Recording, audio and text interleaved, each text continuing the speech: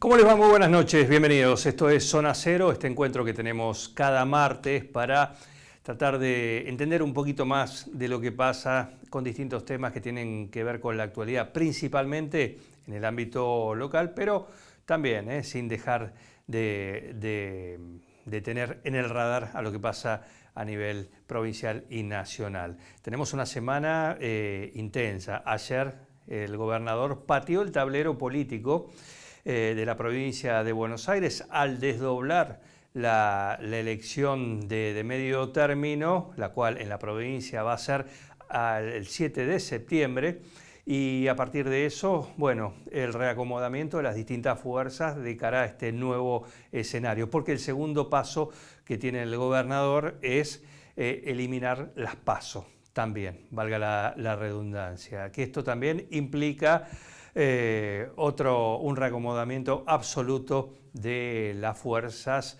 que pretendan entrar en la carrera legislativa a partir de la elección de medio término, en este caso ya confirmado en la provincia, y lo cual implica a nivel provincial y por supuesto a nivel municipal, la fecha va a ser el 7 de septiembre. Una semana especial también porque se define la suerte, que si bien está echada, habrá que ver de qué manera se va a concretar, que es la salida de Julio Bordone de la presidencia del Consejo Deliberante. Está el tema de la sucesión, está el tema de ver y los esfuerzos del Ejecutivo, del oficialismo, por no perder la presidencia. Y bueno, ver todo el juego que hay en estos días de cara a candidatos, a quien sí, a quien no. La mayoría tienen no, por una cosa o por otra.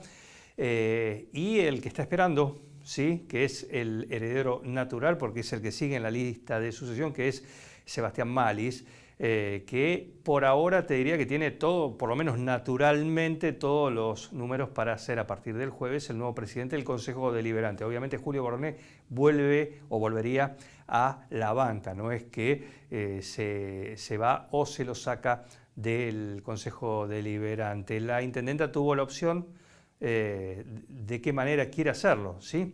Si un parto con dolor o sin dolor. Bueno, hasta ahora está pensándolo. Lo que parecía que iba a ser sin dolor todavía no está tan definido. Así que, bueno, parte del masoquismo que viene teniendo la gestión municipal en este año largo el primero de una gestión que cada vez empieza a estar la pregunta, ¿sí? Quizás no muchos se atreven a decirlo, pero decir, ¿hasta cuándo aguanta esta situación, teniendo en cuenta que quedan 3 años? El segundo ya lo estamos transitando, pero si esto está a esta altura de esta manera, con un montón de condimentos que todavía no están resueltos y no se saca el pie del acelerador, ¿sí? ¿Dónde y cuándo termina esto? ¿Y de qué manera? Bueno, es una pregunta que empieza a salir, y muchos se hacen y lo hacen por debajo, pero la situación también implica ponerla sobre el tapete. Esto es Zona Cero. Vamos a arrancar. Hoy tenemos 2 invitados, uno político y el otro aprovechamos su visita a 9 de julio para tenerlo también con nosotros en este mes que empezamos a transitar lo que es abril, ¿sí? Desde el 2 de abril y el recordatorio una vez más de lo que fue el desembarco en Malvinas allá por 1982. Bueno, tenemos como siempre testimonios de excombatientes, en este caso un militar que estuvo ahí y nos va a contar de qué manera. Pero todo esto esta noche acá en Zona Cero, un Zona Cero que comienza de esta manera.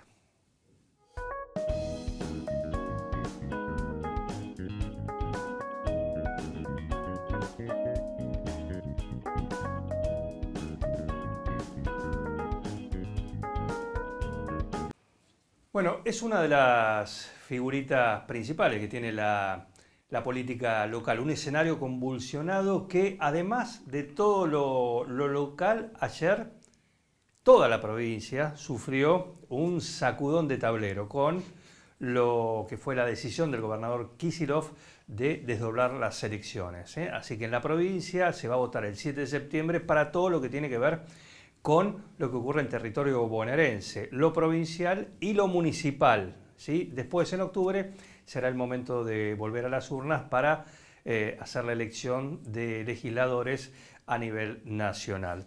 Pero ya me senté porque va a ser una charla que vamos a hacer un recorrido, así que nos ponemos cómodos desde ya mismo y le damos la bienvenida a Nacho Palacios. Bienvenido. ¿Qué tal, Juan? Buenas noches y gracias, como siempre, por la invitación. Bueno, yo el otro día dije que estabas invitado para el programa anterior por una cuestión tuya totalmente personal, dijiste no puedo estar el martes, pero bueno, hoy sí, así que hoy está con nosotros. Vaya cambio, porque digo, vamos a arrancar por un lado, pero qué sacudón el de ayer, ¿no? Si bien se veía venir más o menos, pero ahora que está concretado, ¿cómo, desde tu análisis como político, sí. qué cambia? Mirá, primero obviamente totalmente de acuerdo en la decisión del gobernador de desdoblar las elecciones provinciales a las nacionales, porque vamos a poder realmente los bonaerenses discutir de la provincia de Buenos Aires. Solo tuvimos en democracia, no quiero errarle, pero 2 elecciones que fueron distintas que las nacionales, que fue la del gobernador del año 87 y la del 2003, con la particularidad que elegimos presidente y luego elegimos gobernador.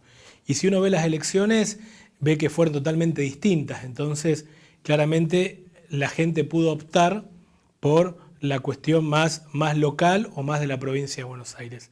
Así que la verdad, en el primer punto, Juan, me parece algo interesante, importante, algo que venimos reclamando constantemente del radicalismo.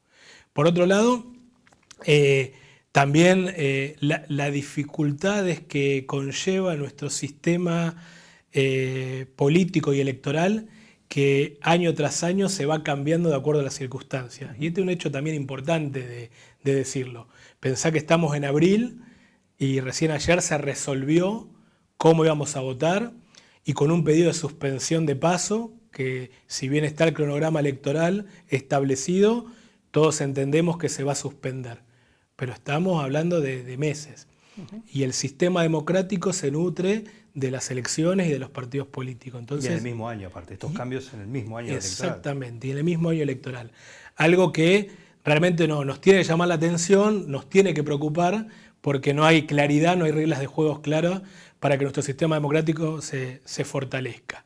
No obstante, creo que una decisión importante, me parece que mismo el gobernador ha hecho una jugada fuerte dentro de su espacio político, creo que eso hay que mirarlo, y ahora queda obviamente trabajar de cara a este proceso electoral, donde la verdad, Juan, a uno le preocupa porque el sistema de partidos políticos está endeble, está complejo, hay una fragmentación bastante importante, la vemos en la elección de la ciudad de Buenos Aires, como al no existir el sistema PASO que podían los frentes electorales poder trabajar en conjunto, distintas expresiones políticas que teníamos miradas en común, con matices, con algunas diferencias. Hoy, al no existir ese sistema, vemos como hay una multiplicidad de ofertas electorales. Bueno, creo que la provincia de Buenos Aires vamos a ser testigos de lo mismo en septiembre, y ahora queda la capacidad, por lo menos hablo de la Unión Cívica Radical,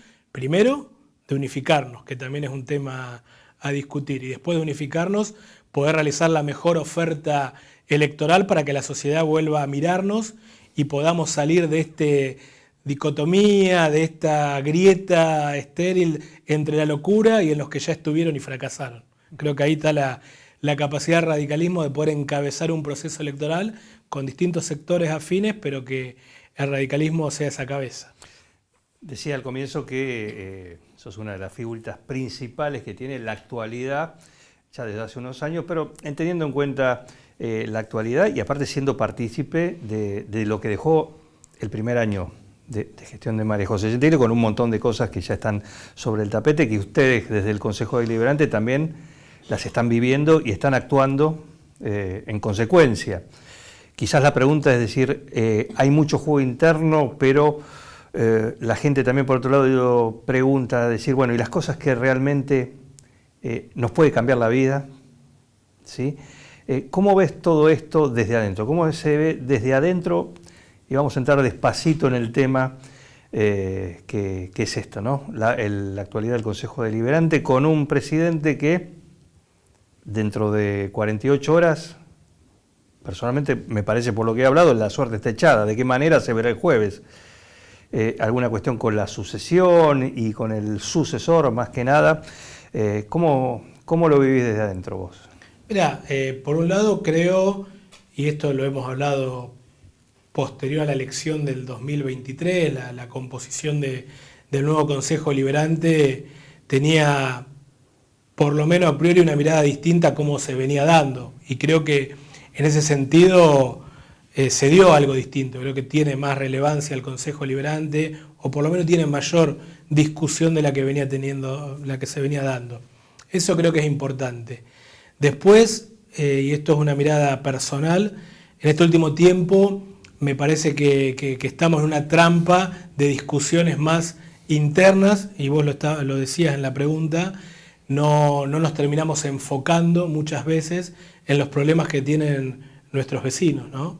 Y eso a mí un poco me frustra y me preocupa, porque el mal funcionamiento del Consejo Deliberante y el mal funcionamiento que vemos nosotros que lleva adelante el gobierno municipal hace que terminemos usando mayor tiempo a resolver cuestiones más internas, más administrativas, más de problemas de la política en sí, que los problemas realmente de la gente. Y eso la verdad que preocupa, porque uno ve, todos somos vecinos, sabemos los problemas que hay, hoy nadie es ajeno a los problemas económicos de los vecinos, nadie es ajeno a los problemas que tenemos cada uno de los habitantes cuando salimos de nuestra casa, cuando vemos que las calles están sucias, cuando vemos los baches que no van, ni hablar la gente de las localidades, ni hablar la gente del campo que no puede sacar la producción, con un problema del agua que viene creciendo y viene en aumento, y nosotros a veces estamos discutiendo cosas que nos alejamos de lo cotidiano, y eso aleja un poco a la política a la gente. Eso lo veo como un problema, ¿no? Y haciendo un mea culpa, ¿no? Que también eso consume tiempo. Pero la verdad que parte de ese problema tiene que ver con el mismo tema, el mal funcionamiento que está teniendo el Consejo Deliberante, que entendemos la mayoría de los bloques que se da por la presidencia. Entonces, por eso hemos coincidido que hay que cambiar, que hay que darle una vuelta de rosca para poder empezar de vuelta a normalizar nuestro trabajo y realmente que el Consejo Deliberante sea la caja de resonancia de la ciudad. Nosotros somos los fieles representantes del pueblo. Hoy el Consejo Deliberante está en todas las fuerzas políticas activas del 9 de julio, o casi todas, para no dejar a nadie afuera, y es la caja de lo que pasa con los vecinos, que tratamos de legislar para estar mejor. Bueno, tenemos que dejar capaz de lado un poco las cuestiones estas más de la política interna y poder dedicarnos realmente a estar mejor, ¿no? Y creo que estamos ante una oportunidad este jueves, como vos bien decías, para poder dar una vuelta de página y poder cambiar y empezar a discutir, a charlar, a proyectar estos temas. ¿Cómo hacer esto? Porque muchas de las cuestiones fueron, obviamente, temas que fueron apareciendo en la agenda. Sí, claro. Y cuestiones internas, cuestiones del Ejecutivo, cuestiones de situaciones, cuestiones internas también que repercutían en el Consejo Deliberante. Un montón de temas que son los que están en la agenda y que los han llevado a esta situación que tengo entendido, el punto de inflexión fue la última sesión y el día posterior, con una visita de los presidentes de bloque a la misma intendente. Así es. Diciéndole, así no podemos seguir. Así es. Elegí de qué manera solucionamos esto. Sí. ¿Eligió de qué manera? No me corresponde a mí. A ver. Se verá en la próxima sesión. Claro, la verdad, hay dos cosas, Juan, de lo que te decía anteriormente. El tema es que son todas cosas importantes y que llevan su tiempo, pero que hay que darle su tiempo, ¿no? Uh-huh.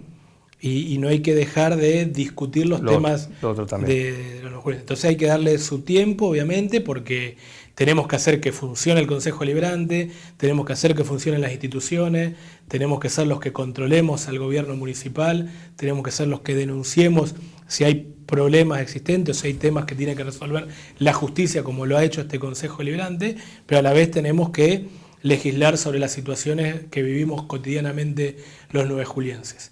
Y con respecto a lo de la presidencia, como decís, la última sesión fue, me parece, el punto de inflexión.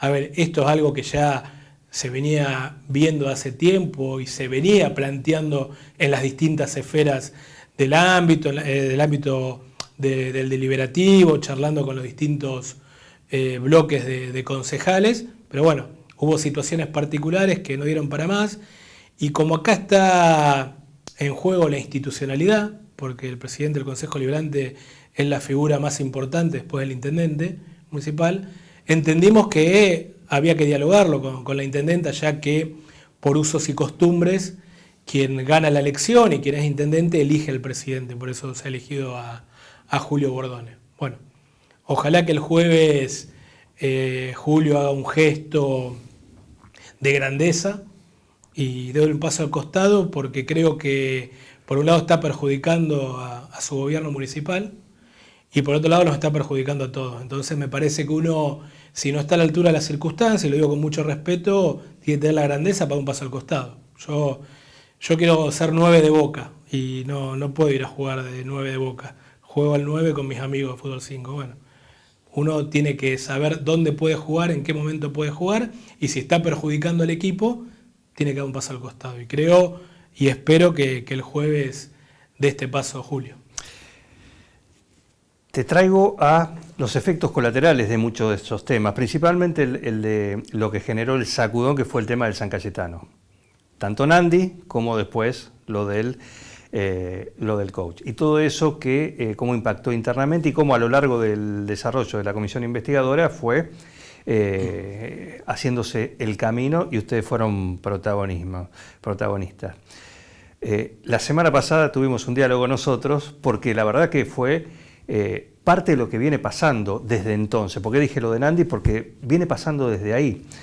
El hecho, el otro lunes, durante la mañana, estaba haciendo programa de radio y 3 mensajes de personas distintas. Nacho arregló de secretario de gobierno. Nacho está cerrado secretario de gobierno.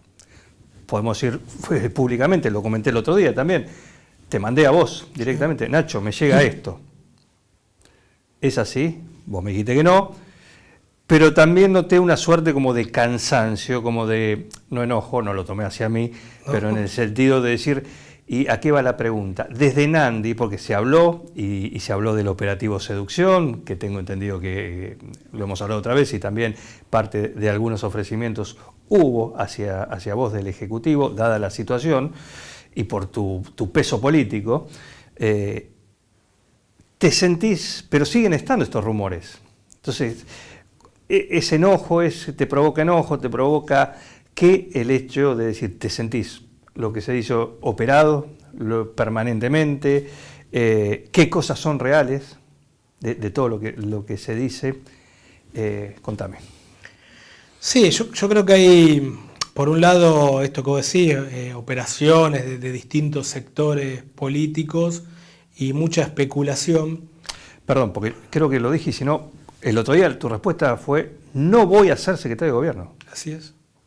¿Lo ratificás acá? Lo ratifico. Lo estoy diciendo porque esa fue la respuesta que me diste en el mensaje. No voy a ser secretario de gobierno. Yo voy a ser concejal hasta el 10 de diciembre, si la salud me acompaña, hasta el 10 de diciembre y después, bueno, se verá qué situación política, pero primero yo soy radical y respeto mi orgánica de mi partido y cualquier ofrecimiento o discusión que pueda llegar a existir, pero estoy hablando de una especulación, se va a discutir en el ámbito del partido. Eso primero. Segundo, yo creo que hay una mirada simplista de algunos sectores políticos, ¿no? que quieren ensuciar la cancha y que si uno vota de un determinado lado es porque negoció o acordó con alguien, y si vota de otro determinado lado es porque negoció y votó con alguien. Y la verdad que eso es un poco a mí lo que me cansa, y como dijiste, no es personal, pero sino el hartazgo de que nosotros somos un bloque representamos a la Unión Cívica Radical, representamos valores tradicionales de más de 130 años de historia, para nosotros es un orgullo, y en eso vamos tratando de hacer lo mejor, que entendemos obviamente a nuestro ver, a nuestro entender, para la sociedad. Y en eso a veces acompañamos decisiones que vienen del oficialismo y a veces acompañamos decisiones que vienen de la oposición, si querés, más dura.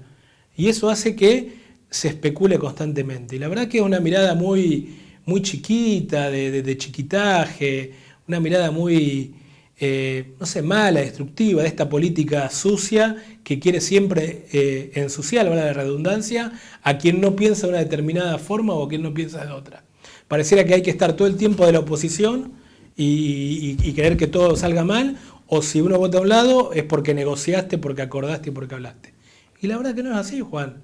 Nosotros vamos para adelante tratando de que 9 de julio esté mejor, tratando de hacer lo mejor que podemos a nuestro alcance, presentando iniciativas constantemente para mejorar la calidad de vida de los 9 julienses, como te decía antes, acompañando proyectos del Ejecutivo Municipal, los que entendemos que son importantes para 9 de julio, y cuando hubo que sentar como una comisión investigadora, como una denuncia penal, como suspender a una concejal porque creíamos que era así, lo hicimos. Y nadie dijo ahí, no, bueno, negociaron con el otro lado. No, me parece que es importante y que hay que realzar a los espacios políticos que tenemos independencia de mirada, independencia de criterio, de acuerdo a lo que creemos. Y nosotros, Juan, cada decisión que tomamos la discutimos con nuestro bloque, la mayoría la discutimos en el seno de nuestro partido político. Somos un espacio democrático que discutimos, debatimos y tomamos decisiones y vamos para adelante. Pero bueno, a tu pregunta es por eso un poco el hartazgo, porque me parece ese chiquitaje que no termina contribuyendo porque están, a la toma. Claro que está, y es constante. Entonces, mañana, el jueves, tenemos que votar X cosa y la especulación y porque acordaron, y porque la quieren destituir a María José. Y no es ni una ni del otro. Ni acordamos con el gobierno municipal, ni queremos destituir a la intendenta. Queremos que le vaya bien a la intendenta, porque le va bien a los 9 julienses, y queremos obviamente que el radicalismo sea la fuerza política que gobierna el 9 de julio a partir del 2027. Y vamos a trabajar para eso. Es simple. Y vamos a acompañar lo que esté bien, y vamos a criticar y acompañar a la oposición lo que esté mal. Es eso. Contame qué cosas te ofrecieron. No ofrecieron nada, no. Bueno, pero en algún momento hubo, cuando empezó charla, y te lo digo casi desde lo político. Es decir, bueno, algún teléfono habrá hecho, Nacho, vení, queremos charlar con vos. Pero Que después, no sé, a ver, yo tengo entendido que te ofrecieron de la Secretaría de Gobierno hasta hacer lo que quieras con el San Cayetano, que evidentemente has dicho que no, eventualmente, por los hechos, simplemente por los hechos. En este sentido de operativo seducción. Yo charlo con todos los espacios políticos, creo que parte de la buena función de la política es charlar con todos los espacios políticos, no sentarse con uno o con otro. Yo charlo con todos los espacios políticos, pero tenemos una independencia de criterio. Y entonces charlamos con todo, hablamos con todo, tratamos de trabajar con todo, no hay nada de ofrecimiento. ¿Nunca hubo? No puedo hablar por el pasado. No puedo hablar por el pasado. No, a ver, sí, pero si hubo ofrecimiento o no hubo ofrecimiento, queda en el seno de alguna discusión interna. Sí. Lo importante es, me parece, la postura donde está la Unión Cívica Radical. No, está bien, el resultado ya está. El resultado ya está. Hay que hablar de los resultados. A lo que te ofrece. Está bien, está clarísimo, está respondiendo todo. La respuesta la está dando, implícita. No. Yo soy bilardista, no hay que hablar del resultado, sí. no de cómo jugamos. Sí, claro. Argentina-Brasil en el 90. Ganamos. Pero ¿cómo la pasaste? El resultado. Bueno. El resultado, nos quedamos con la foto. Bueno, te tomo eso, te tomo tu respuesta también como decir, afirmativa también. No dije eso, pero está bien. Tomala como pero bueno, así no. ¿Y cómo queda todo el radicalismo? El otro día estuvo acá Castanino, ¿sí? Que bueno, habló algunas cuestiones, sobre todo de lo que es la interna, y dijo básicamente, palabra más, palabra menos, que desde las elecciones internas, ¿no? Que más allá que ahora están suspendidas, ¿no? O están suspendidas, suspendidas, ¿cómo es? Sí. Están bajo análisis, por lo claro, menos por claro, algunas 3 mesas que hay. Exactamente. Judicializadas. Judicializadas, de lo que fue la interna del radicalismo. No los han convocado para lo que es la interna radical o el funcionamiento del comité. ¿Esto es así? No. A ver, claramente hubo distintas reuniones del comité, de la mesa de conducción, del comité radical, donde participan todos los sectores. De hecho, la última actividad, si querés que no fue tanto discusión, pero vino el diputado provincial Valentín Miranda de ese espacio, lo cual yo creo que el radicalismo está bastante ordenado. Me parece que se quiere buscar algunas rupturas, más que todo desde afuera hacia adentro, pero a nivel local tenemos diálogo con los distintos sectores. A ver, la realidad, la gente o el afiliado radical por tercera vez consecutiva eligió este espacio que lo represente. Nuestra obligación es conducir el proceso político. Y siempre hemos demostrado que nuestra conducción tiene que ver con todos adentro. Hemos tratado, por más que a veces no ha ocurrido, pero hemos tratado de que todos los espacios estén considerados, por eso los escuchamos en las mesas, charlamos, generamos actividades en conjunto. Y obviamente todo lo que sea las decisiones políticas que tome el radicalismo de cara a lo electoral, porque yo entiendo que lo que más quieren discutir es lo electoral, no el proceso político, sino lo electoral va a ser en el seno del comité. Pero me parece que hoy Romina López está haciendo una presidencia muy buena, donde habla con todos los sectores, porque habla constantemente con todos los dirigentes de los distintos espacios, y lleva adelante una situación difícil, complicada, porque vos pensás que hasta ayer no teníamos directamente ni fecha de elección, ni sistema electoral posible. Bueno, ahora lo tenemos. Ahora tenemos que empezar a trabajar a ver cuál es la mejor expresión que le queremos dar a los nuevejulienses. Porque a nivel provincial tenemos esta complicación que tiene que ver con un partido judicializado. Hoy vamos a ir a una elección, si vos me decís hoy por hoy, sin partido legalmente. Donde va a haber expresiones radicales, pero sin un partido. ¿Sin partido o sin conducción? Sin partido orgánicamente. Porque la conducción actual se extendió los mandatos de manera ilegal y ahora el Comité Nacional está viendo si interviene el Comité Provincia. Si no, lo puede hacer la justicia. Entonces, hoy el radicalismo está en una situación orgánicamente compleja. Bueno, hasta ayer, voy a repetir, sin sistema electoral, con un partido judicializado.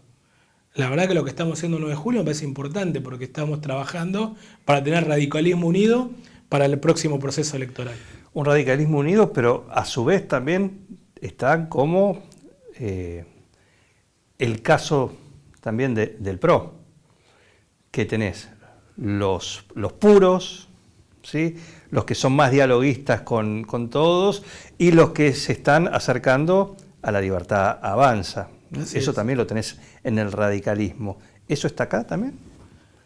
Yo no lo veo. No. O vos, por ejemplo, ¿dónde estás ubicado? Hoy por hoy dentro de este...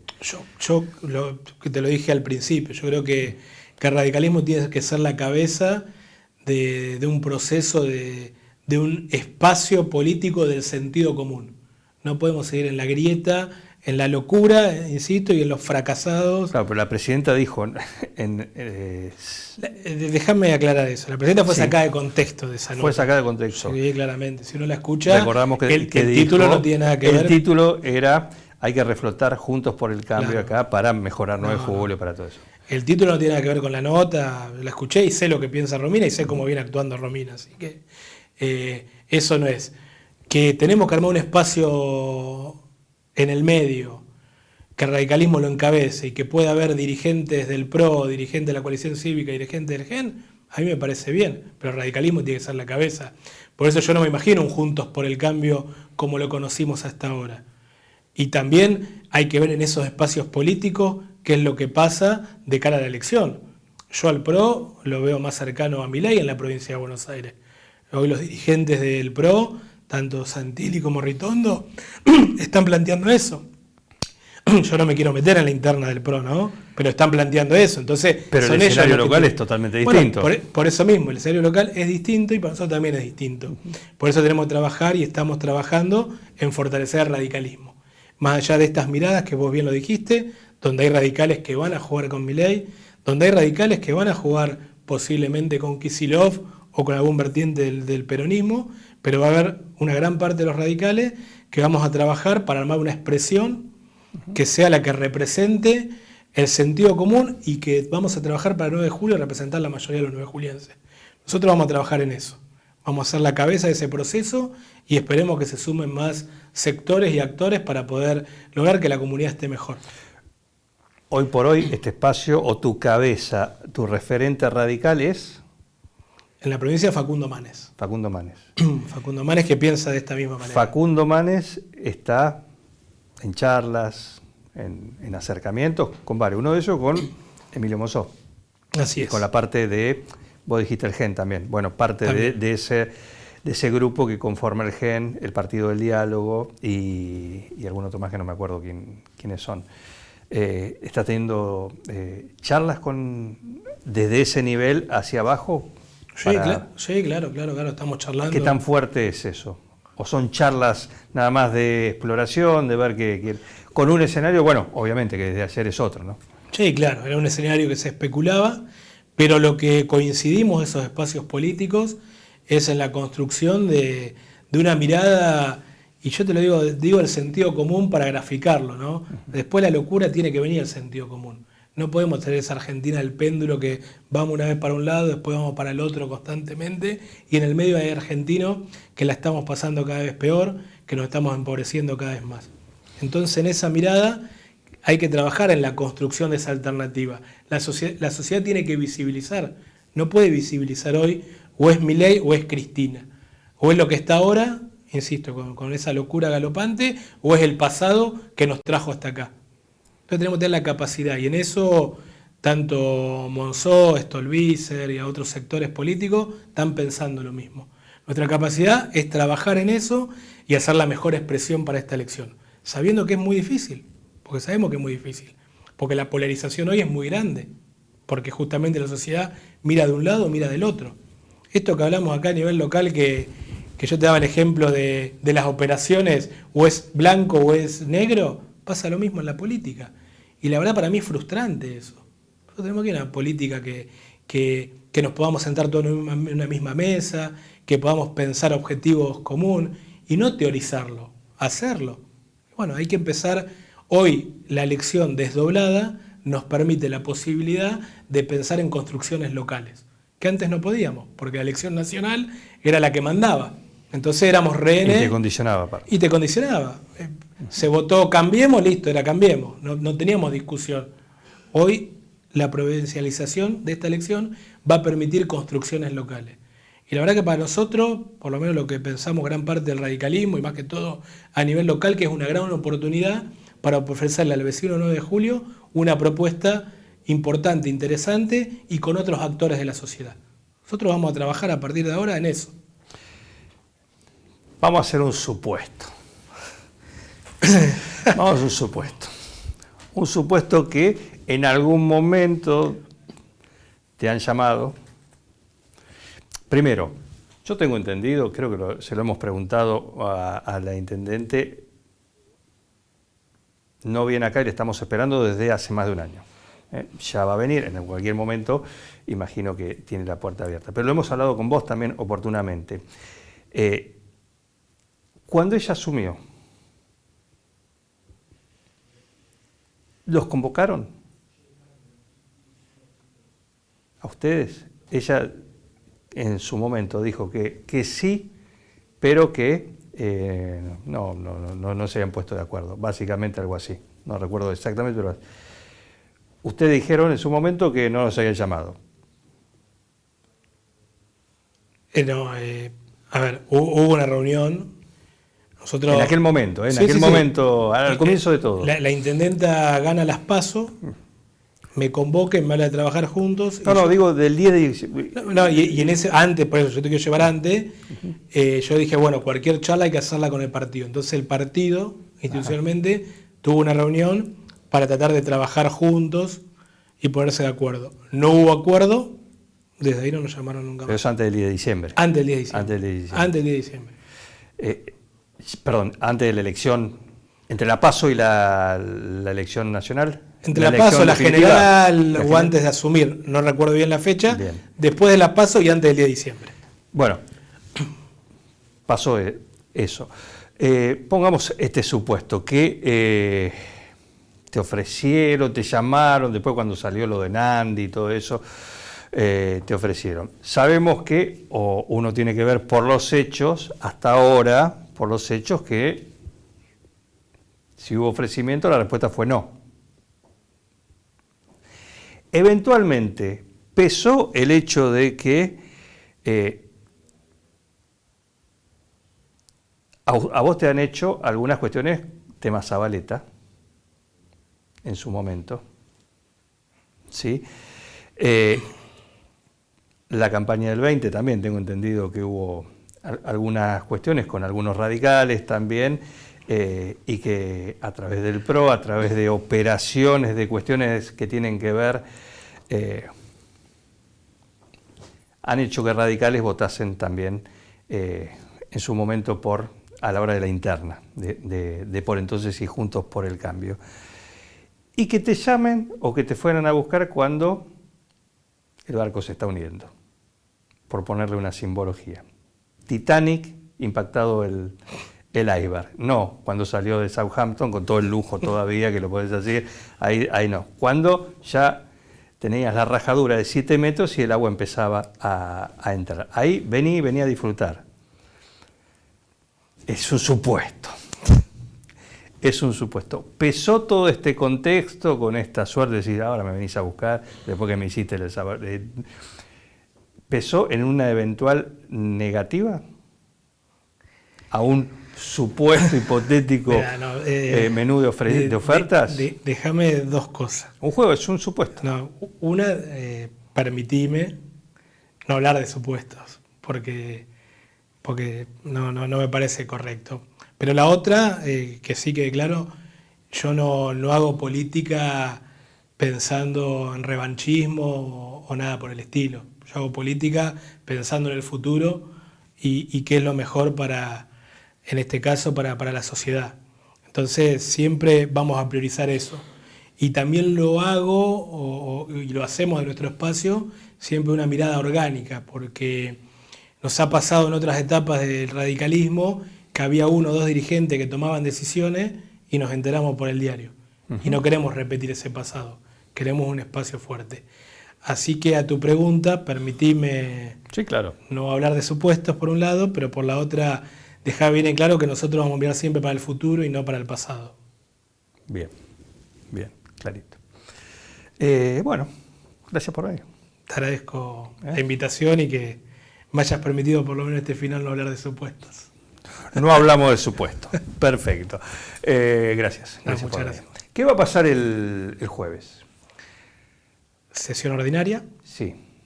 Y bueno, hay que ver con el tema del presidente. Claro, porque, a ver, oficialmente sabemos que el oficialismo se está moviendo, ¿viste? Bueno, se ha ofrecido a uno, no quiere, a otra, no.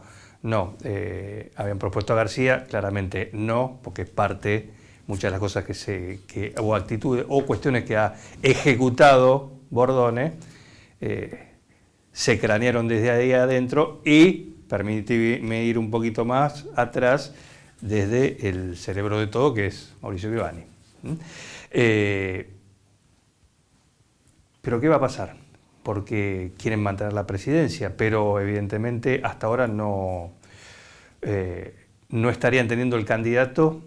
Y también tengo entendido que Julio Bordone ha dicho, si mal no recuerdo, le ha dicho a una funcionaria el otro día en el acto de Malvinas que iba a irse de la presidencia y bajar la presidencia porque era muy difícil trabajar con la oposición. Claro. Bueno, en todo esto lo que está pasando, porque falta el jueves va a ser el partido, la definición, ahí se va a ver. ¿Qué crees que va a pasar? Hasta martes, hasta ahora, todavía no hay una resolución del tema. Como te decía al principio, yo espero que por el bien y para un mejoramiento institucional, hablo acá, ya no de los partidos políticos, se tome la decisión de dar un paso al costado para poder empezar a trabajar de otra manera. Yo espero, acá déjame decir, más que todo especular, no hacer un análisis. Espero que ocurra eso porque va a ser lo mejor para todos. Y cuando digo para todos los espacios políticos, para el funcionamiento del Consejo Deliberante, que termina repercutiendo en la gestión municipal lo que pasa en el Consejo Deliberante. Porque parte que funcione mal es parte que funcione mal en la intendenta, parte que funcione mal el Consejo Deliberante y viceversa. Entonces yo creo que hoy tenemos que cambiar eso para lo que hablamos al principio, discutir otros temas, realmente acompañar al intendente si hay que hacer gestiones, marcarle los errores, hacer la función que tenemos que cumplir. Por eso, si vos me preguntás, espero realmente que se dé un paso al costado, porque va a ser la mejor manera de poder seguir continuando y trabajando en conjunto. Eso sería la opción sin dolor. Yo creo que es la mejor para todos. Si tenemos que ir a una sesión especial para destituir al presidente, de vuelta vamos a ir, me parece, una situación compleja. Y lo que a mí me preocupa, Juan, es que acá está la institución de fondo. Insisto, el Consejo Deliberante es el ámbito más importante que tenemos los nuevejulienses.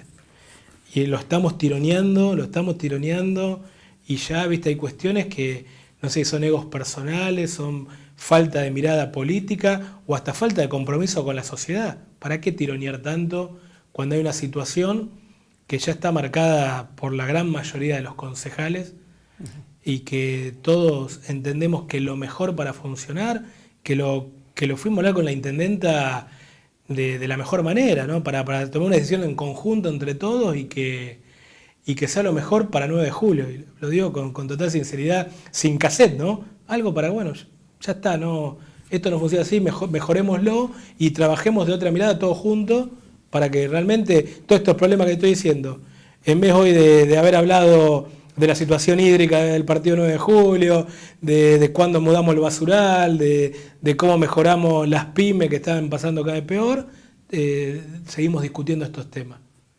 Bueno, esperemos que ocurra esto el jueves. Y asumiría por línea sucesoria Chachimalis. Sí, si no hay un acuerdo entre las partes para que haya otro presidente, la ley orgánica plantea de que tiene que continuar el vicepresidente, que es Sebastián Malis. Bien. Bueno, gracias por venir. Gracias, Juan. Muy bien, Nacho Palacios con nosotros. Vamos a ir a una pausa. Te cuento 3 cosas rápidamente. Primero, Santiago Falco te espera en su estudio jurídico, contable y con un muy buen asesoramiento en materia de seguros. Eso lo encontrás ahí en la esquina de Levalle y San Martín. Ahí te espera todo el equipo de Santiago Falco para brindarte un muy buen asesoramiento. Te repito, en lo jurídico, en lo contable y a la hora de tener que contratar una póliza de seguro. El Estudio Falco, la opción correcta. Y aprovechá también las ofertas, las novedades, las promociones que tiene Mauricio. ¿A dónde? En Acero Felo. Claro que sí, en Rastreador Fournier 1020 ahí te espera, date una vuelta. Te vas a sorprender. Pero mira, en ferretería y bolonería lo que necesites, pero en algo más lo vas a encontrar, porque tenés, por ejemplo, calzado de seguridad, bueno, unas botas, unos borceguíes, con muy buenos precios, de muy buena también, con muy buena forma de pago. Así que date una vuelta y en herramientas y promociones aprovechalo, desmalezadoras, moladoras. Bueno, anda, date una vuelta, fíjate lo que hay, si no en Acero Felo-Fournier, ahí en Facebook y en Instagram también puedes ver algunas de las novedades que están manejando ahí en Acero Felo. Y también te recuerdo que el Sindicato de Empleados de Comercio de 9 de julio brinda un muy buen asesoramiento a todos sus afiliados y además el servicio de salud, el servicio de recreación a través de la Asociación Mutual Empleados de Comercio 9 de julio y la farmacia sindical que está a disposición no solo de los empleados y de los afiliados, sino de todos los 9 julienses. Date una vuelta por la sede del sindicato, informate en Hipólito Yrigoyen 817, casi Rioja, y si no, 522-255. Pausa, ya volvemos. En Mascheroni Computación encontrarás el mejor servicio para trabajar desde tu casa de forma segura y sin interrupciones. Con Office 365 damos soluciones de nube privada y nube pública, seguridad y filtrado de contenidos a través de routers UTM. Somos especialistas en routing y switching y VPN con acceso para token de seguridad. Además, lo que necesites en software, hardware, periféricos y mobiliario para computación. Y somos representantes exclusivos de Tango, el sistema de gestión número 1. Pasa por nuestro local en Cardenal Pironio 1278 y seguinos en redes sociales. Mascheroni Computación, tu referente en tecnología.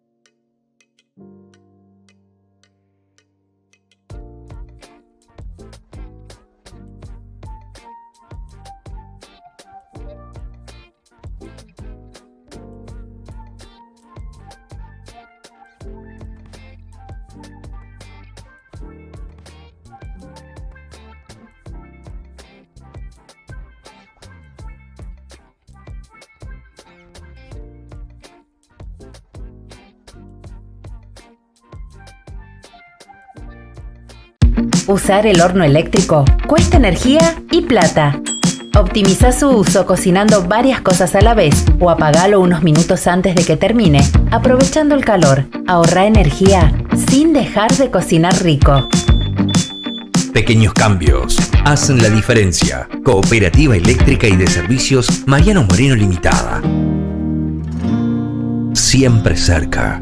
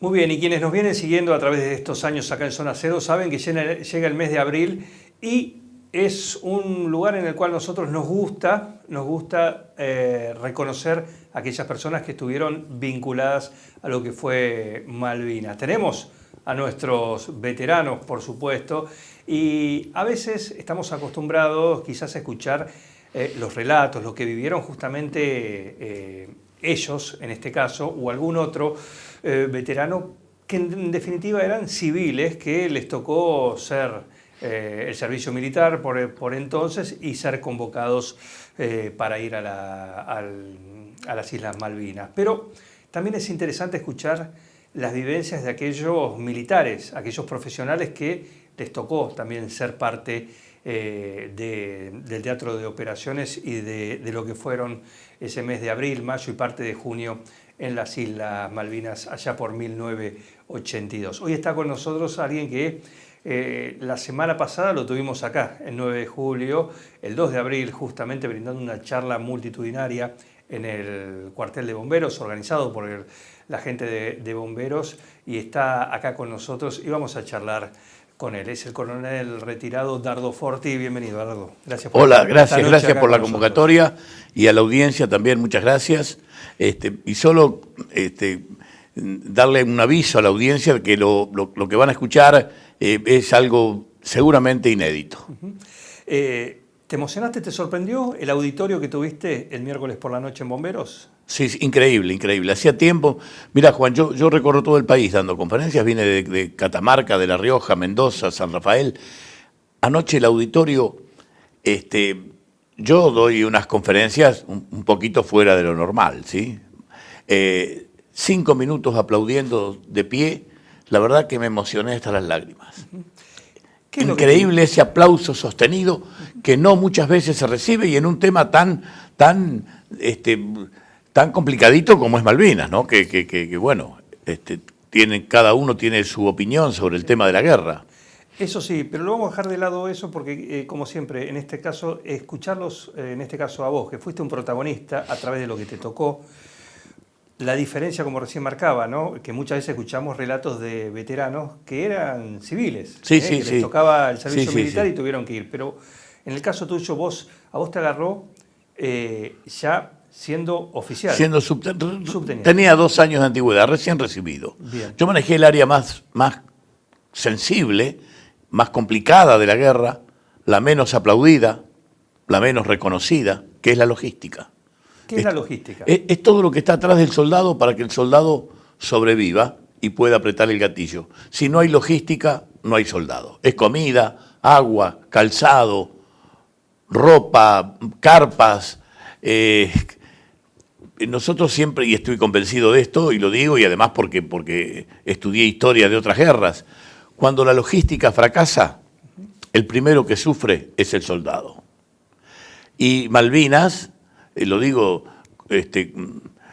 sin ánimo de ningún rencor de ningún tipo, porque 43 años después yo estoy construyendo para mejorar las cosas y no para la crítica. En Malvinas la logística fue una total improvisación.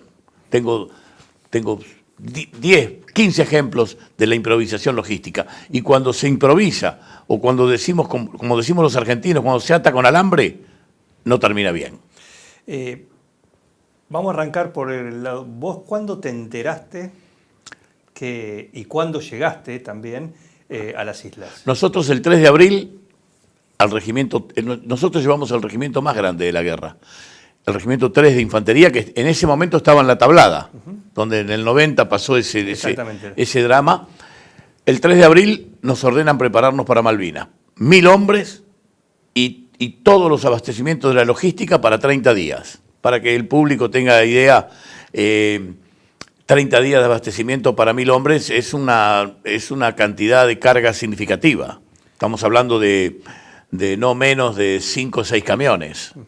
Que había que llevarlo después al buque Formosa. Entre esos rubros que teníamos 5.000 kilos de carne, vacuna.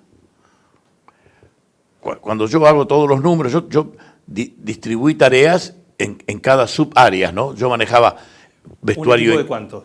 En el cuartel éramos... Por lo menos para esta tarea que encomendada, ¿no? Y para esta tarea 60 personas.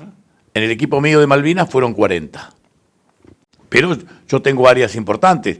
Por un lado, alimentación, que tiene 100 rubros, vestuario y equipo, 500 rubros, combustibles y lubricantes. Y bueno, responsabilicé a cada encargado y yo era el que pasaba lista y hacía la fiscalización. 5.000 kilos de carne, vacuna. Yo en realidad nunca la había visto en medias reses. Yo la veo en el campo donde vivo, las vacas caminando por la calle, por el campo, pero... Y bueno, ahí surge y ahí comienza, yo después me doy cuenta y analizo eso, ahí comienza la génesis del fracaso de la logística. ¿Por qué? Y no pudimos llevar la carne. no había camiones frigoríficos, pero lo más grave, hay 5 situaciones gravísimas que ocurrieron, pero lo más grave es que cuando armamos los 30 días de abastecimiento para los 1000 hombres, a los 2 días me llega la orden de que no eran 30 días, eran 15.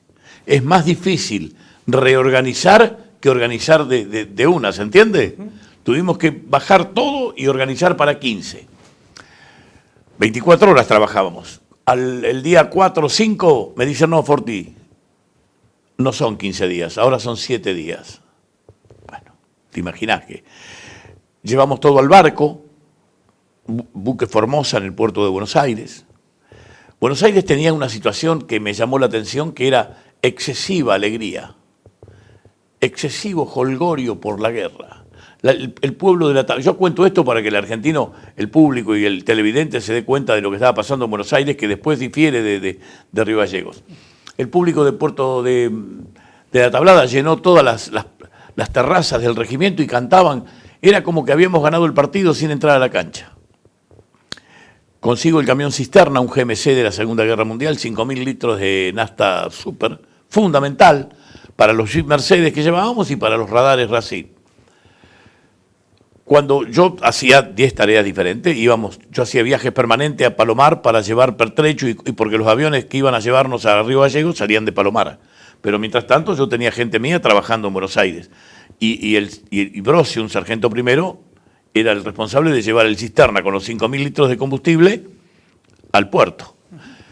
Esto es lo que va a escuchar el televidente, por ahí le parece increíble, pero esto ocurrió, yo estaba ahí, no me lo contó nadie.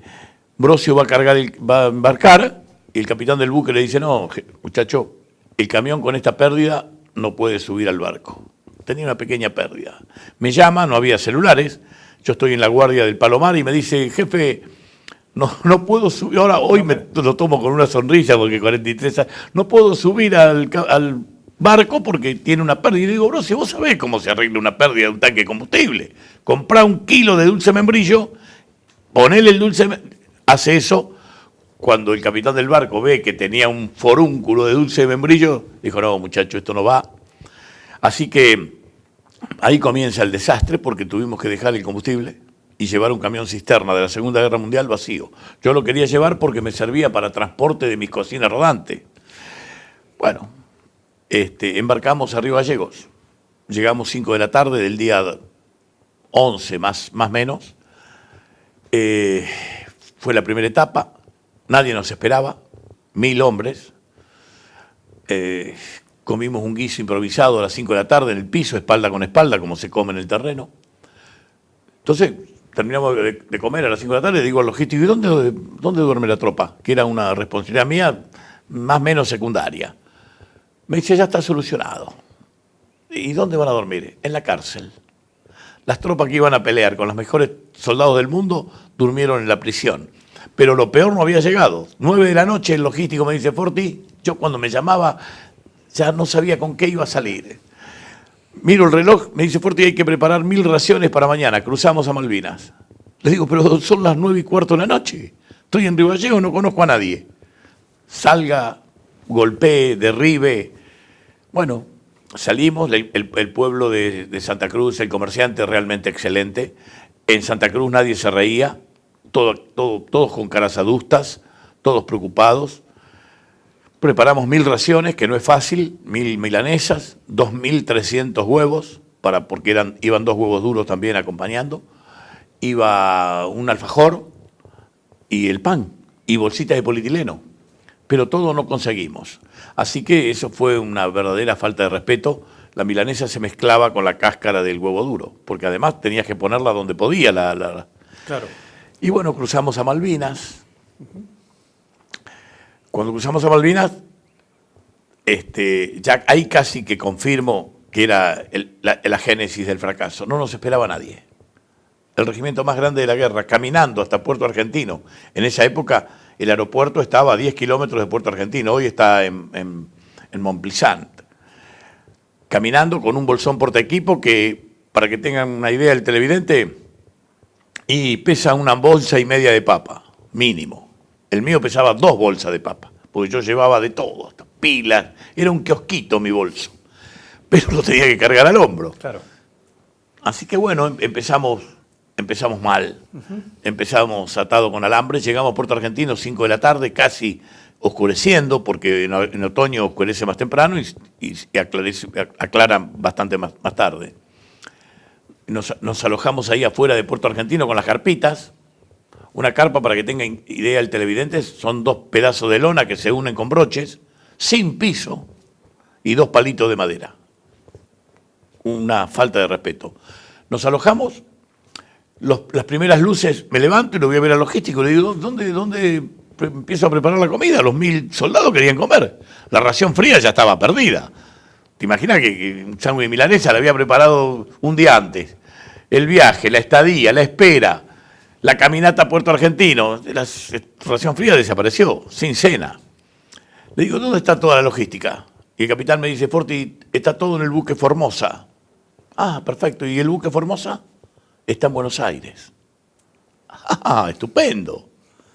Toda la logística del regimiento más grande de la guerra, que iba a pelear con las mejores tropas del mundo en Buenos Aires, y nosotros sin nada, Juan, sin nada en Puerto Argentino, literalmente tirados a la buena de Dios. Entonces, en aquella época se usaba un disparador que era agudizar el ingenio. Le digo, mi capitán, víveres podemos conseguir, porque el ejército tenía, con el desembarco de las tropas, el 2 de abril, tenía algo de víveres, pero ¿dónde cocinás para 1000? Y fabricamos ollas. El televidente, le ruego, entienda esto, y esto pasó.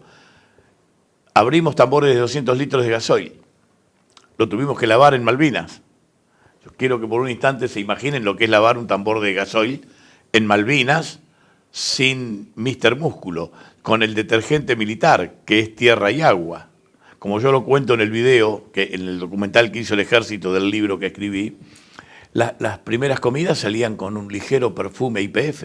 Era imposible, Juan, no salía el... Pero era lo único que había. Lo único que había. Era lo mejor. Y nosotros sacamos almuerzos y cenas de esos tambores de 200 litros durante una semana, hasta que cuando llegó el buque Formosa era Montgomery.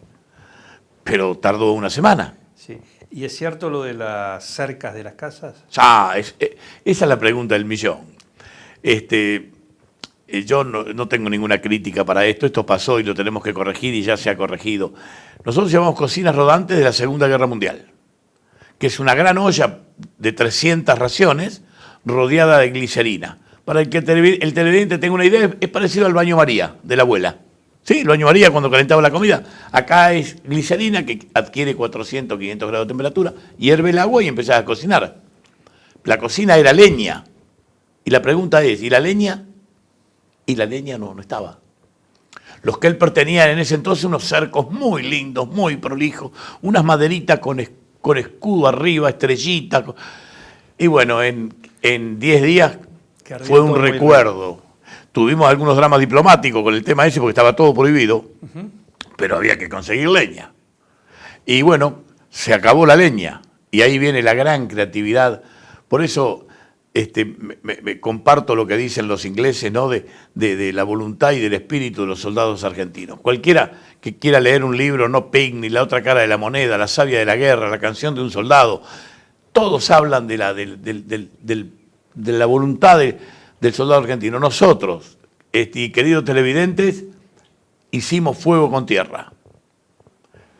Fuego con tierra sin las cocinas turberas, porque los Kelper tenían cocinas turberas, porque estaban abandonados en Malvinas, totalmente abandonados. Ellos cortaban en el campo unos trozos de turba. De turba, claro. Parecido, para que el televidente lo imagine, un pan dulce de 1 kilo. Lo ponían en depósitos abiertos, el viento lo secaba, y eso iba a una cocina turbera que tenía una gran chimenea que salía arriba del techo del Kelp. Pero nosotros no teníamos cocina turbera, pero inventamos algo espectacular. Yo a veces le cuento a los gerentes cuando doy charla que digo, pucha, ustedes no pueden con esto. Y nosotros hicimos fuego con tierra, hagan brasas aunque sea. Cada terrón de turba, nosotros teníamos un soldado designado que era el fogonero late. Era el que se levantaba a las 2 de la mañana. Esa era su tarea durante toda la guerra. 2 de la mañana comenzaba a empapar cada terrón de turba en gasoil o en JP1, que es el combustible de aviación. Ese terrón de tierra lo ponía abajo de la olla y le daba fuego. Eso permitía que el agua hirviese y que a las 9 de la mañana saquemos una sopa para toda la tropa. Trabajo.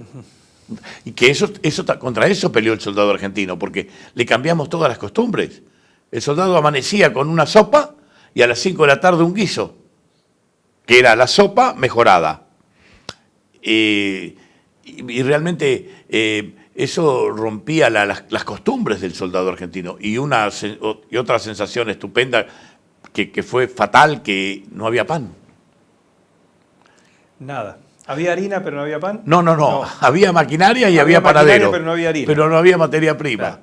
Entonces, hubieron pequeñas guerras dentro de la guerra. El agua, por ejemplo. Una isla rodeada de agua. Vos decís, pucha. Pero claro, eran 1.500 kelper, que no les gustaba mucho el agua, les gustaba alguna otra bebida. Tenían una bomba de agua a 5 kilómetros de Puerto Argentino, en Moby Brook. El chorrito que llegaba a Puerto Argentino, y te imaginas que le caemos 10.000 turistas, ¿sí? Ahí al pueblo. Sí. Claro, el chorrito de agua era más chico que el dedo índice. Y llenar un carro aguatero llevaba 2 horas. Y les complicaba la vida a todos, porque si no había agua no había forma de hacer la comida. Algún genio militar prohibió utilizar algunas canillas. Se nos complicaba más a nosotros. Así que salíamos de noche a buscar canillas prohibidas y llenar el carro aguatero. Yo te escucho, la verdad que, como le decía, es muy interesante conocer esta otra cara, ¿no? Sí, es la otra cara, sí. Es otra casa, y desde el lado profesional. Sí. Porque no estamos hablando de cosas que tuvieron que pasar, soldado con cripto, o no. desde el lado profesional. ¿Y cómo cambió? Porque vos me decís, todo esto fue cuando llegaron las primeras semanas, durante abril. En mayo comienzan las hostilidades, llegan los ingleses, con lo cual le agregás un condimento más a todo ese combo de dificultades que vos lo... Sí. Lo cual tenías tiempo por ahí para solucionarlo, pero acá vos no sabías, después a partir de en mayo. Sí, se complicó muchísimo. Yo le digo a mi gente y les digo a la gente de Intendencia y los militares, cuando le hablo a los militares, nosotros, a diferencia de algunos regimientos, combatimos las 24 horas del día, porque no podíamos parar. Hubieron regimientos que no entraron en acción, porque no estaban en la ubicación de las tropas inglesas que venían. Mientras todos se metían en un pozo de zorro y descansaban si podían, o rezaban, nosotros estábamos trabajando. Nosotros todos los días comenzábamos 2 de la mañana, pero para comenzar a las 2 de la mañana vos tenías que tener todos los utensilios limpios a las 10 de la noche y conseguir el agua. Yo salía con mi soldado y el jeep que tenía, Alejandro Liébana, gran soldado, salíamos a buscar agua a las 2 de la mañana. Y yo iba con él para defenderlo, porque si lo agarran a Alejandro robando agua sacando agua de una canilla prohibida, capaz que lo fusilaban de espalda. Así que yo iba con él, llenábamos el carro aguatero. ¿Prohibida por qué? Y porque había canillas que perjudicaban la convivencia del kelper, algunas. Y otras, por ejemplo, en el hospital. Pero nosotros necesitamos agua. Y por ahí el superior que daba la orden no entendía, porque el soldado que estaba en primera línea, yo ayer hablaba con algunos combatientes de acá, grandes chicos, nunca se enteró del esfuerzo que hacía la gente que estaba atrás en la logística para que llegase un plato de comida. Es cierto que la comida en algunos casos llegaba fría, pero el televidente lo puede entender. Nosotros teníamos 1.000 soldados distribuidos, Juan, en 14 kilómetros. En 14 kilómetros.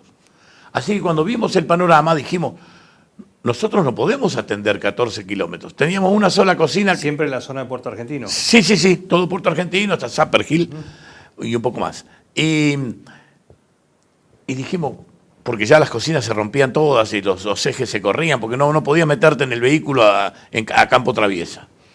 Así que decidimos que unos 600 vinieran a comer a Puerto Argentino, los que estaban más cerca. Y bueno, el que venía a comer a Puerto Argentino comía bien, comían caliente. Nosotros ni sabíamos a quién le daba comida. Venía un soldado con la capucha, con el duvet y una cuchara, y si hubiese columnado Margaret Thatcher, le damos de comer a Margaret Thatcher. Pero quedaban 300 soldados a 5, 6, 7 kilómetros. Y eso nos costó muchísimo. Y esa comida Yo tengo la foto de la tapa del libro donde la comida llegaba caliente a primera línea. Por supuesto que llegaba caliente, dentro de la cocina rodante. Pero claro, esa comida era trasladada a un cilindro de acero inoxidable, sin tapa. El soldado con ese cilindro caminaba 2 kilómetros hasta primera línea. ¿Cómo hacemos para que llegue caliente? El que podía la calentaba y el que no comía frío. Pero contra eso peleó el soldado argentino, además del poderío inglés, que eso es lo que hay que entender, ¿no? ¿Y qué se siente desde el lado de un soldado de carrera, un subteniente en este caso, un oficial, teniendo que ir a ese escenario, a un hecho extraordinario, ¿sí? Como siempre decimos, para algo, el militar se prepara para la guerra. La mayoría nunca experimenta una. Sí, sí. Pero aquel que le toca, como tu caso, y te encontrás con estas cuestiones y en el fondo, imagino que en algún momento dijiste, esto no termina bien. Yo no era que soy un tipo inteligente, pero cuando yo ya había estudiado mucho la logística, había leído y siempre fue algo que me gustó. Cuando comencé a ver estas fallas... Más el clima, además. Ni hablar. Cuando comencé a ver estas fallas, cuando empecé a pedir solicitudes de logística a los superiores que estaban en el COL, se armó un centro de operaciones logísticas. Cuando iba a pedir, mira, te cuento, al principio YPF Argentina lo atendía un kelper. Yo iba y cargaba y un kelper me decía, 20 litros, 20 litros. Después lo echamos al diablo el kelper. Pero cuando empecé a ver esto y las dificultades, dije, esto se está atando con alambre, esto no va, porque cualquiera se da cuenta que cuando vos las cosas comienzan mal es como si haces un plato de comida, si se te está quemando, si pasaste de sal, ya está perdido. Y nosotros de a poco fuimos viendo que esto cada vez se complicaba más, pero cada vez todo se complicaba, porque fíjate el tema del pan. ¿Cómo puede ser que no había pan? Y un genio militar reemplazó el pan desde Buenos Aires con galletitas criollitas. Mandó, yo me río porque muestro el paquete en todas las charlas, mandó 2 contenedores con galletitas criollitas para 10.000. A mí me tocaban para 1.000. Así que yo recibía los paquetes de criollita y los distribuía. La compañía A tenía 200, le daba los paquetes. Cada soldado que iba a pelear con las mejores tropas del mundo, comía 14 galletitas criollitas por día. 14. Yo estaba ahí, no me lo contó nadie. Y bueno, un día criollita, 2 días criollitas, 3 días criollita, se acabó la criollita. ¿Y cómo hicieron después? Porque a medida que avanzaba el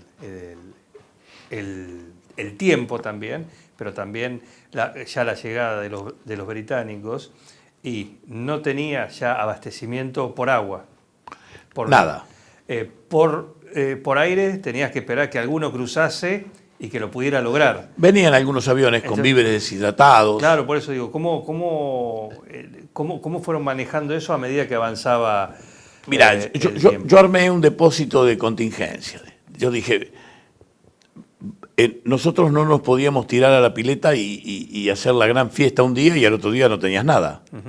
Teníamos que cocinar. Nosotros tuvimos el regimiento más grande de la guerra y uno de los pocos que comió 2 veces por día. Está bien, en horarios inusuales, pero 2 veces por día.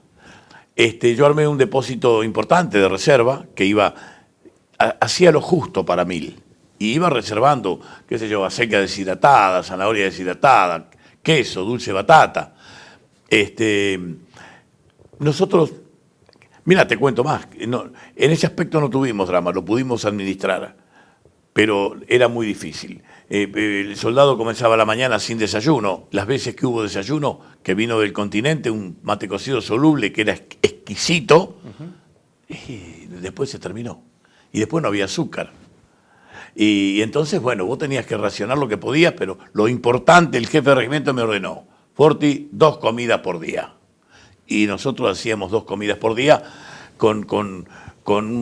mirá, me llega una provisión de puré chef. Yo me río ahora porque yo cuando miro el puré chef digo, ¿y qué hago con esto? Entonces de paso le dejo una receta al televidente. Nosotros hacíamos un guiso bien, ¿no?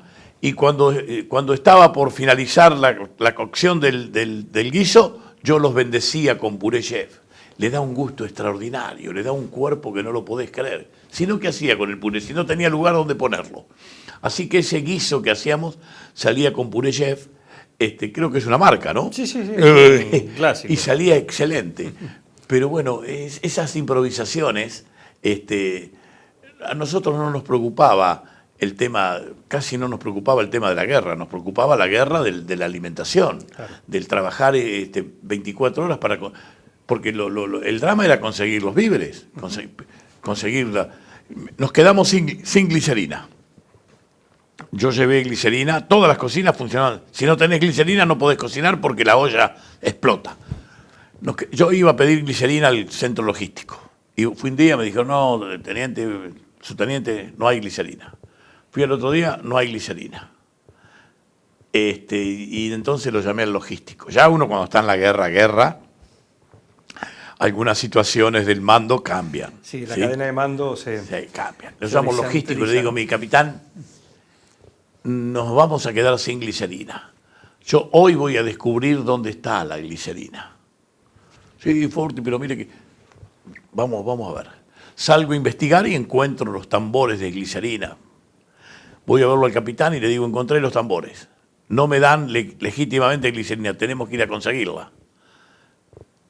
Lo llevaba él como escudo humano, porque si me agarran a mí sacando glicerina. Así que en el atardecer de Malvinas, un día salimos con un bidón, con 20 litros sobrevivíamos 10 días. Y bueno, tuvimos que conseguir glicerina de una manera non santa. Como de lugar. Sí. Pero bueno, ese agudizar el ingenio hizo que fuera posible cocinar 2 veces por día. Yo tenía un equipo de soldados que eran... ¿Hasta el final? Hasta el final. Es más, te digo... ¿Hasta el último día? Hasta el último día. El regimiento nuestro, yo cuando termina la guerra y todos se ríen, todos se van al campo prisionero, le digo al logístico, yo me quiero quedar en Puerto Argentino para juntar todo y nos vamos al campo, porque no sabíamos cuándo terminaba eso en el campo de prisionero. Iban todos al campo prisionero.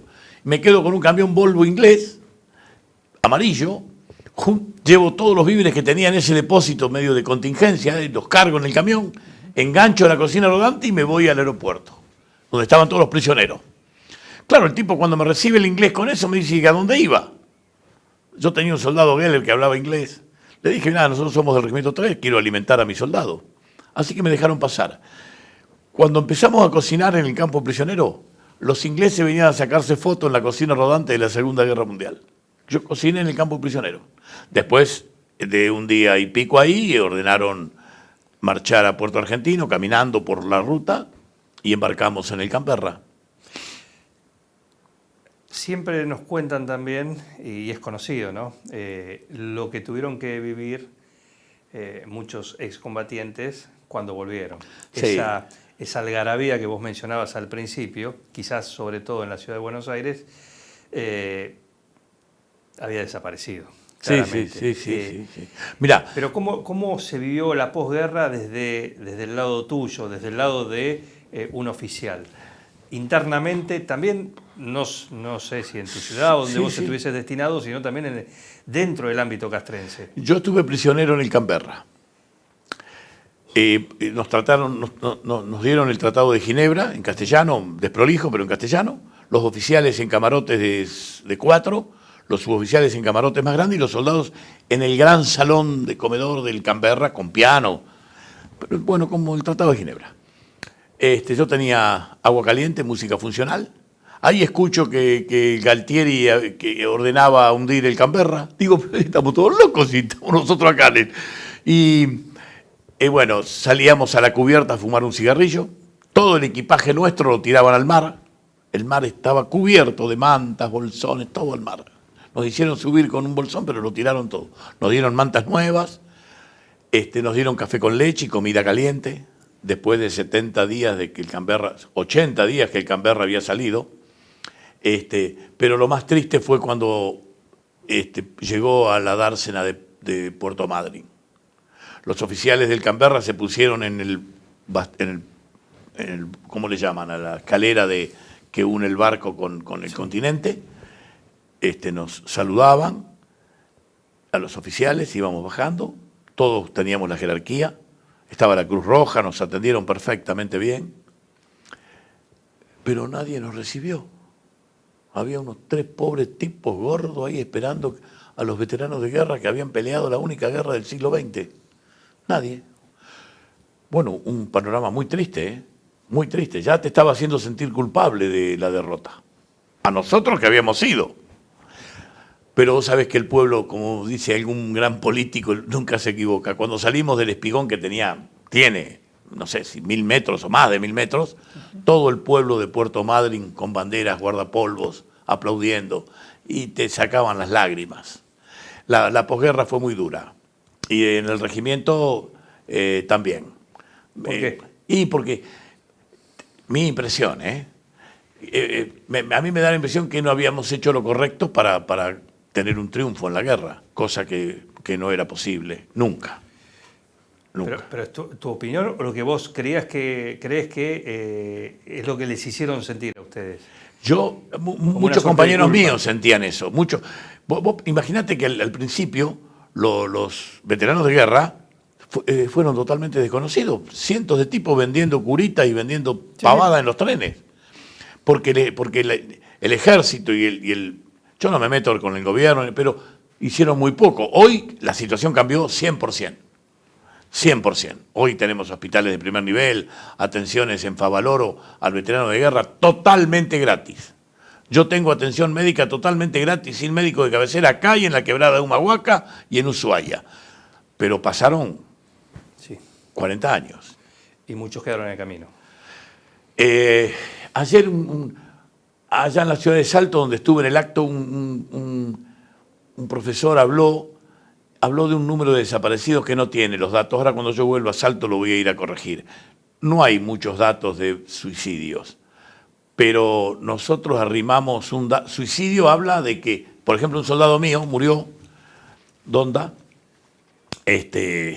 un poco acompañado con alguna sustancia maligna y el alcohol, se estrelló con la moto con un camión. Y bueno, es uno de los muertos. Otro murió ahora del COVID. Otro murió de cáncer hace poquito. Todos soldados míos.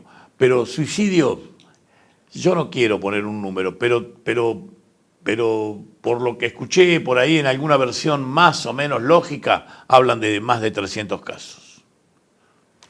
Inglaterra también tuvo, ¿eh? Sí.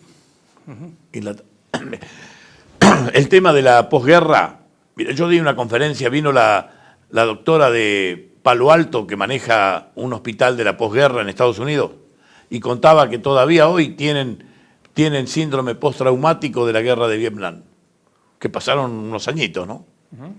Así que, bueno, hoy el veterano de guerra se siente más contenido, hoy hay un reconocimiento más explícito de la sociedad.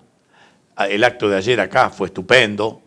Eso está bueno, porque le hace bien al soldado, porque el soldado no pide demasiado. Yo siempre digo, el soldado veterano de guerra quiere que la patria lo quiera como él la quiere. Así de simple. Es interesante escuchar esto, como digo, de un soldado profesional. Sí, sí. Vos te fuiste, te pasaste a retiro por cuestiones de la carrera. 41 años de carrera. La verdad, estuve 5 años en el Ministerio de Defensa, me enojé con alguien que pusieron como director mío que no tenía una idea de lo que era una escopeta y una gomera, y dije, no, ya está, civil. Me fui porque estaba más tranquilo en mi casa que renegando con esta gente. ¿Y a vos qué te dejó Malvinas? Así, teniendo tantos yo años creo para procesar yo todo creo lo que hay un viviste. antes y un después.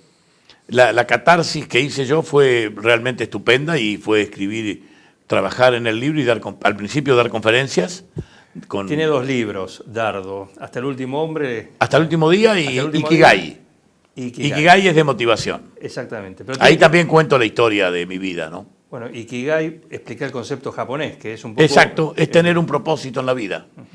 Pero a mí la guerra me marcó un antes y un después de mi vida. Yo entendí que había que hacer algo con la vida.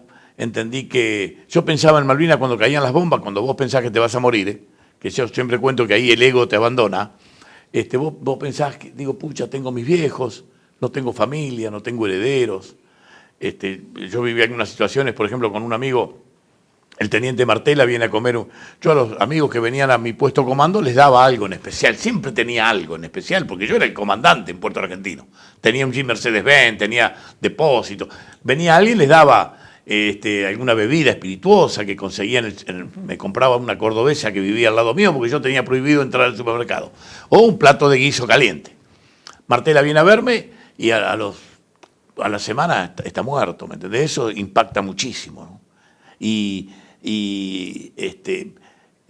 una manera que te cambia la manera. Yo por eso cuando doy charlas de recursos humanos, como voy a dar esta noche en Bomberos, si alguien de la audiencia quiere ir, es totalmente gratis, voy a hablar sobre Ikigai. Yo digo que el ser humano, si quiere apreciar la vida, tiene que hacer 3 visitas. Un cementerio, una cárcel y una terapia intensiva. Ahí va a valorar la vida. Y yo lo hago sin querer, pero me doy cuenta, ¿no? Cuando voy a visitar a mis viejos, digo, la pucha, todos terminamos aquí. Cuando estás enfermo, decís, la pucha, acá no hay, como mi soldado que murió ahora con 60 años, y después la cárcel para valorar lo que es la libertad, ¿no? Así que bueno, a mí Malvinas me dejó una gran enseñanza.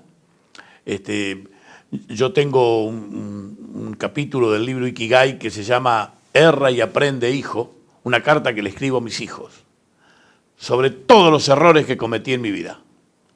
El diario más importante de Pergamino me lo publicó en una página que es La Opinión, para tratar de mostrarle a la gente cómo uno se va equivocando en la vida, ¿no? Y a veces, como en este caso, tengo la posibilidad de corregirlo.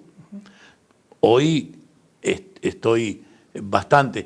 Y yo le hice caso a Platón. Yo creo que logré el equilibrio. Platón decía que el equilibrio el hombre lo lograba a los 60 años y que era la etapa más productiva. Conmigo se dio. Ahora tengo 70. Sí. Y es la etapa más productiva. Y hasta los 80 dice que es la más productiva y donde vos lográs el equilibrio. Bueno, estás en pleno. Lo decía Platón. Y a mí me pasó. Bueno, un gusto tenerte. La última quiero que cuentes, porque Dardo se dedica a esto que lo disfrutamos el 9 de julio, ¿no? Que es dar charlas motivacionales por un lado, pero también contar esta experiencia. Y esto lo hace de manera gratuita. Gratuita. ¿Por qué? Mira, me vuelve multiplicado. Yo hoy mostraba los papeles que me entregan los chicos en los colegios, un diploma que me dio un chico... hecho mientras yo daba la charla, lo tengo en un cuadro en mi oficina, en el campo, y me decía, Dardo, ahora me voy a animar a seguir mis sueños, cuando hablo de motivación, ¿no? Porque al final, una vida sin motivación es una... Platón, que es, yo soy un hincha de Platón, decía que una vida que no es examinada no merece ser vivida. Y yo empecé a examinar mi vida y la puse en ese libro. Tristísima realidad, ¿eh? Yo me reía porque siempre lo cuento, un encargado de mi tío en la empresa donde yo trabajé de albañil antes de irme a estudiar, cuando estaba en la secundaria, un filósofo entrerriano, sin estudio, pero filósofo. Y el tipo me decía, mira, Dardo, decía todo ahí, Dardo es un pobre tipo, dice, es un pobre diablo, pero quiere ser Satanás. Fíjate que... Un pobre diablo, pero quiere ser Satanás. Bueno, para los católicos no es un buen adagio, pero la verdad, yo tuve una educación muy pobre, vengo de una familia muy humilde, yo me peleaba hasta los Reyes Magos porque no me traían la bicicleta que pedía, así que pateaba el pasto y el agua, porque siempre una cajita con 3 pavadas. Así que bueno, tuve la suerte de encontrar este Ikigai. Yo les cuento a los chicos, y esta noche lo cuento a un bombero, 10 años soñaba entrar al pueblo vestido de uniforme. Una cosa que no lo podés, yo no conocía un solo militar. Y ahora, Juan, tengo 2 monumentos en vida. En Salto, en la plaza principal, paso en el mármol de Carrara y miro así de reojo y digo, la pucha, soy yo. Ese es tuyo. Coronel Dardo Forti. En mi pueblo, por supuesto, uno enorme. La última, y a veces se lo he preguntado a otros excombatientes que he tenido la posibilidad de charlar a lo largo de estos años, y decir, ¿qué se siente cuando la primera vez que sentís o las balas que te vienen o la explosión al lado tuyo? Sí. Porque eso para vos, lo estudiaste, lo leíste historia militar, leíste un montón de cosas, tuviste entrenamiento, tuviste simulacros, maniobras, lo que sea, pero la de verdad. Yo tengo un cuadro en mi escritorio con el escapulario y el rosario. Los tengo en el cuadro que usé en Malvinas. Y una de estas medallitas. Y esta placa, que esta es la placa, tengo las dos, porque si no estás muerto. Esto, en caso de fallecer, le ponen una placa al soldado que muere y otra va al servicio necrológico. Y te queda... Hay una sensación injusta en la guerra, ¿no? Cuando me bombardeaban a mí en Puerto Argentino, yo rogaba que bombardearan en Sapper Hill. Y había también soldados argentinos, pero yo decía, basta de bomba en Puerto Argentino, basta. Porque pasaban muy cerca, porque una podía caer. Y vos ahí te pasás la película de tu vida, obligadamente. Obligadamente. Todos mis soldados cambiaron 100%. Hoy, 100%. Hombres de bien, altruistas, juntan donaciones, porque vieron de cerca la muerte. Humilde opinión. A mí me sirvió. Hoy a mí me das una sopa fría y no me quejo. ¿Se entiende esto? Sí, claro que sí. Coronel, muchísimas gracias por venir. No. Un gusto, un placer enorme charlar y tenerte esta noche acá en Zona Cero. Gracias por la oportunidad. Para un coronel veterano de guerra esto no tiene precio. Gracias. No, gracias a vos. Y gracias por el servicio de aquellos años. Gracias. También más allá de la locura, más allá de todo eso, sí. como decimos siempre, ¿no? Malvinas fue una locura, pero a la hora de bailar, de ir a poner la cara por todos nosotros, fueron ellos. Sí, es verdad. ¿Puedo dar un mensaje de Sí, dos renglones? Yo siempre le digo a todo el pueblo de Argentina, nosotros perdimos la guerra, es verdad, pero le pido al pueblo que no pierda la memoria. No, claro, exactamente. Gracias por venir. No, al contrario. Seguimos así, esta noche acá en Zona Cero. En Mascheroni Computación, encontrás el mejor servicio para trabajar desde tu casa de forma segura y sin interrupciones. Con Office 365, damos soluciones de nube privada y nube pública, seguridad y filtrado de contenidos a través de routers UTM. Somos especialistas en routing y switching y VPN con acceso para token de seguridad. Además, lo que necesites en software, hardware, periféricos y mobiliario para computación. Y somos representantes exclusivos de Tango, el sistema de gestión número 1. Pasa por nuestro local en Cardenal Pironio 1278 y seguinos en redes sociales. Mascheroni Computación, tu referente en tecnología.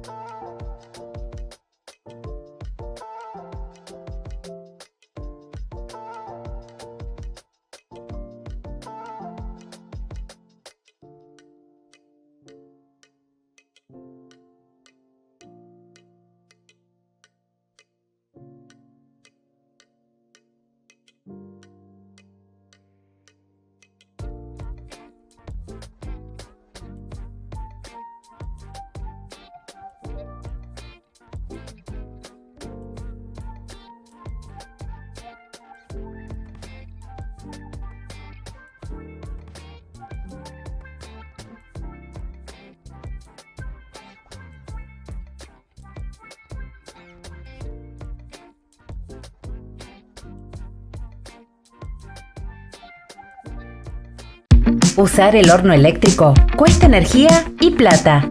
Optimiza su uso cocinando varias cosas a la vez o apagalo unos minutos antes de que termine, aprovechando el calor. Ahorra energía sin dejar de cocinar rico. Pequeños cambios hacen la diferencia. Cooperativa Eléctrica y de Servicios Mariano Moreno Limitada.